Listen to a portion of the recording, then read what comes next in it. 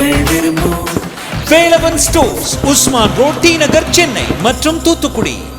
விழா காலங்கள் எல்லாம் வேலவன் ஸ்டோர்ஸோடு. அப்புறம் தண்ணி குறைஞ்சு திரும்பி எடுத்து அதே இடத்துல லொகேஷன்ல கிட்டே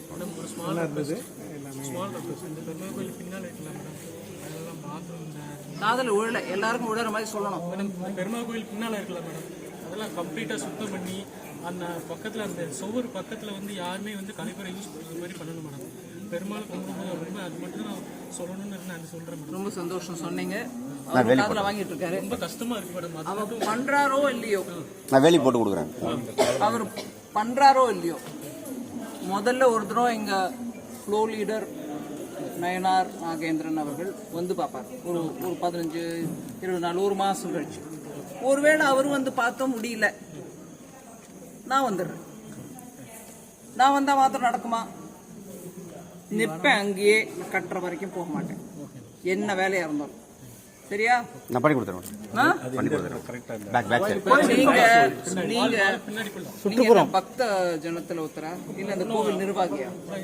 என்னோட வீடு இங்க தான் இருக்கு. பக்தர்ல ஒரு ஆளு.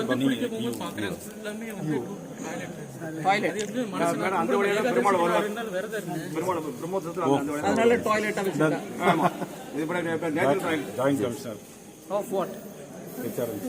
தூத்துக்குடி ரீஜன் அப்படிலாம் பதவியெல்லாம் இருக்கா? பண்ணிடுறீங்க நீங்க? பண்ணிடுறோம் மேடம். பாருங்க, அவர் சொன்னது காதுல விழுந்ததா? என்ன சொன்னாருங்க? ரோட்டுக்கு பின்புறம் அவர் சொன்னதும் என்னங்க? இவர் சொன்னது சம்பளத்துக்காக சொன்னாரு.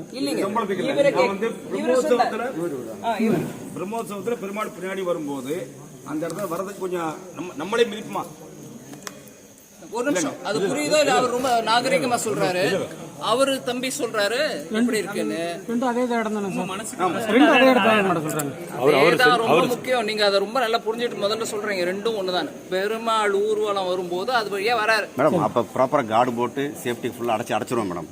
அந்த பப்ளிக் டாய்லெட்டா இருக்கக்கூடிய அந்த ரோட, பின்புறமா இருக்கக்கூடிய அந்த விஷயத்த, அந்த தெருவை சுத்தப்படுத்தி கொடுங்கன்னு கேக்குறாங்க. இந்த சாட்சி பெர்மனண்டா ஃபென்ஸ் போட சொல்றாங்க. பெர்மனண்டா புரியுது. அதை இடிச்சிட்டு மாத்தணுமா? இல்ல இடிக்க வேண்டாம் சார். சுத்தி வேலி போட்டு ஆள் நடமாட முடியாது. எவ்வளவு செலவாகும்? நீங்க அதை பத்தி கவலைப்படுறீங்க? கோவில்ல இவங்களுக்கு 3000 ரூபாய் கொடுக்கறதுக்கே ஒரு ரேஷன் கடையில கொடுக்கற மாதிரி அளந்து பார்த்து கொடுக்கறவங்க நிறைய பைசா மீதி இருக்கும். இங்க சம்பளம் கொடுக்க முடியாது. ஏன்னா அதுக்கு ஒரு காரணம் இருக்கு. அந்த மாதிரி தெருவை ரிப்பேர் பண்றதுக்குலாம் உங்களுக்கு ஒன்றும் கஷ்டம் இருக்காது. நீங்க அதை பத்தி யோசிக்காதீங்க.